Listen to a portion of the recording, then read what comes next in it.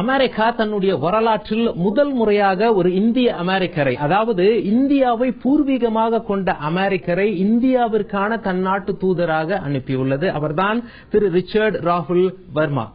அலுவல் பூர்வமாக முதல் முறையாக தமிழகம் வருகை தந்துள்ளார். இது ஒரு சிறப்பு பேட்டி. ஏன் சிறப்பு? அமெரிக்க தூதர் முதல் முறையாக தமிழ் தொலைக்காட்சிக்கு பேட்டியளிக்கிறார். அவரை நம் நிகழ்ச்சிக்கு வரவேற்போம். I am deeply honored to have you here, Mr. Ambassador. Welcome to Tamil Nadu.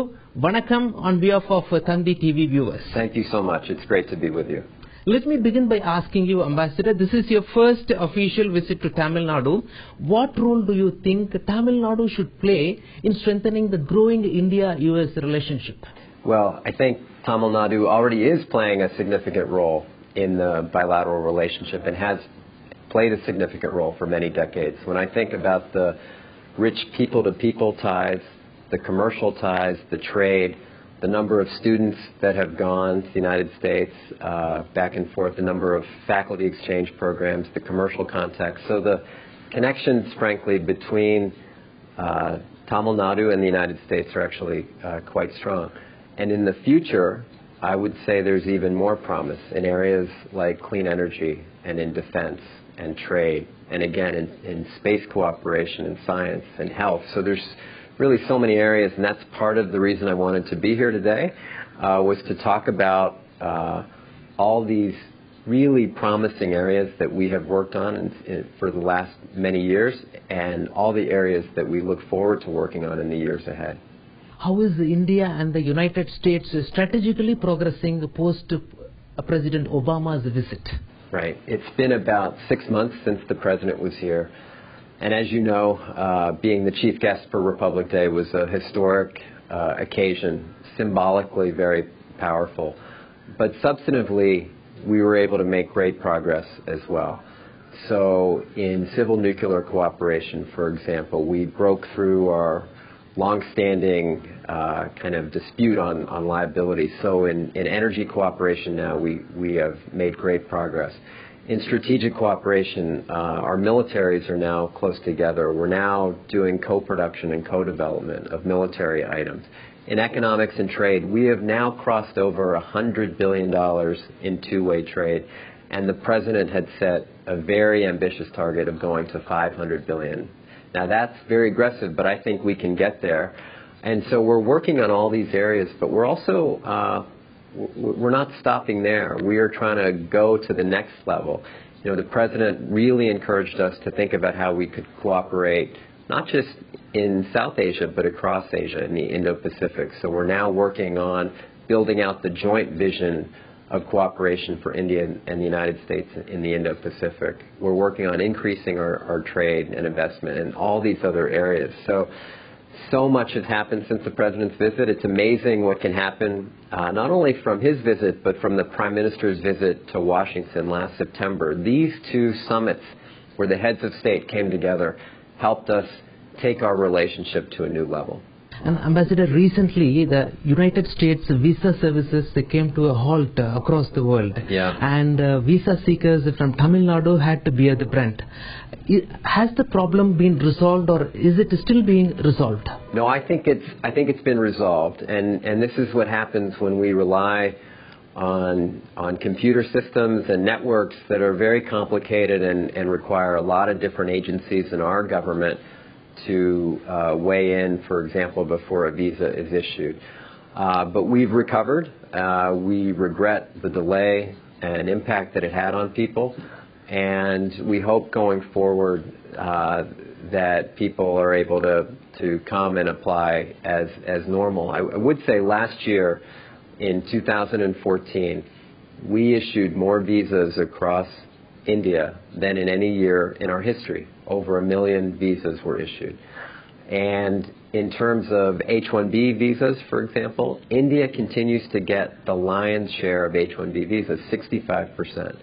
They continue to get 35% of the intra-company transfer visas, the L visas. So I think we're doing quite well now, and appreciate people's patience as we work through that glitch. And interestingly, Obama-Singh 21st Century Knowledge Initiative has been renamed as the IndoUS 21st Century Knowledge Initiative. How is it progressing under the new Indian government, Ambassador? I think it's going quite well, and in fact, we're in our fourth round now. 8 different universities, including 4 here in southern India, are going to be selected as partners with American universities. Each grant is about $200,000, and they are working in different areas of joint and collaborative research. So I'm very excited about not only that program, but all the other exchange programs we have. There were over 100,000 Indian students that studied in the United States last year. And this reminds me of my own family story when my father went to the United States in 1963 from Punjab to study on an academic scholarship. So I am personally aware of how transformative and how important these programs are. In terms of climate change, do you think India is as ambitious as it can be? Well, I will tell you, we have had excellent discussions with the government of India on clean energy. We have lined up aggressively to support their very ambitious renewable targets of 175 gigawatts of wind and solar. That's really quite a significant pledge, and we are quite interested in supporting that target through our technology, our financing, our consulting. And yes, on the Paris climate talks, we've had very good discussions.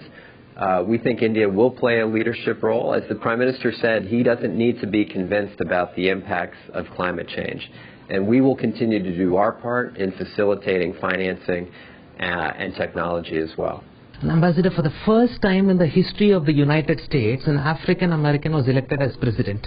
And for the first time in the history of US-India relationship, an Indian American has been appointed US ambassador to India.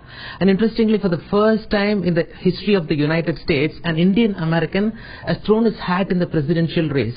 Now, is America undergoing a change? How do you see the rise of Indian Americans in America? You know, there are now over 3 million Indian Americans in the United States, the largest number of Indians living outside of this country. And they've had a very influential role across all the sectors over many, many decades and continue to do quite well, whether it's in medicine or in science, but increasingly in education and art and public life as well. So I think I'll predict you'll see more Indian Americans, South Asians coming into public life as well. And this is a hallmark of the United States. It really is a melting pot.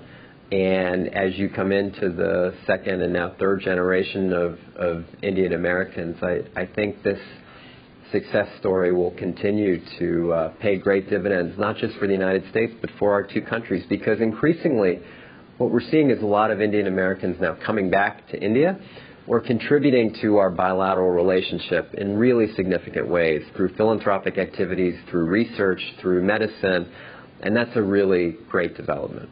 Ambassador, please throw some light on the challenges facing American diversity. You know, when the President was here, he said we are on a quest to form a more perfect union. And that's a quest that continues. And we, again, as I mentioned, we have a proud tradition of bringing people from across the world into the United States. We have the world's oldest democracy. And we have a set of rules and regulations designed to uphold people's rights and basic freedoms, starting with our Constitution. But as the President said, this is a journey that we're on together. And sometimes there are imperfections in that journey. And when there are, we have to work together to correct those. So whether that's in the area of economics, in giving people a chance who are on the margins and are trying to get into the modern economy, we have to work hard. Both of our countries have to do that. Whether that's in the area of law enforcement or prison reform, in so many areas, we're going to keep working at it. You know, the thing about the American society, it's transparent for all to see, both positive aspects, and when there are negative aspects, people stand up and people say we need to fix them. And so, again, I think it's a very strong story of what's possible. We've come through some tough times in the United States, but again, I think it's a very strong story and one to be proud of. As the U.S. ambassador to the world's largest democracy, what are your priorities, Ambassador? Well, that's easy because my priorities are the president's priorities, and so, as I said, when we had 2 summits, and he laid out a very clear vision of where he wanted to go, elevating the strategic partnership, working on defense cooperation, increasing our 2-way trade, doing more to protect the environment and minimize the impacts of climate change. All of those are big and important priorities. So are all those other areas we talked about, space cooperation, science, standing up for people who are trying to make it in to, again, the mainstream economy and regular economy. Those are all important priorities in the bilateral relationship. For me personally, I'd like to get out more to visit the people of India, talk to people that maybe haven't met the U.S. ambassador before or know why or how this relationship has changed and why it's moving in such an important direction. So speaking to those groups, again, I've seen the impact that our programs can have, and so ensuring that we're continuing not just at the geopolitical and geostrategic level, but focusing on how we can improve ordinary people's lives as well. You have been to Hyderabad and now to Tamil Nadu. What's your favorite South Indian dish, Ambassador? That's a really it's a good question. I think dosa's probably top the list, and but I the food here has been great, and whether it's dosas or other foods from southern India, it's been a great part of our stay here, and again, embracing all the cultural and historic connections between our countries has really been such an honor and a pleasure for me. And finally, what's the trait that you most deplore in yourself, and what's the trait that you most deplore in others, Ambassador? Oh boy. So, maybe for me, the trait I work on the most is trying not to put off tough decisions. So I'll work on procrastination a bit and try to get better at that. For other people, maybe I'll just frame it in the positive. I look for people who are team players and put the mission above of their own individual kind of agendas. And I'm really fortunate to lead such an incredible team across this mission.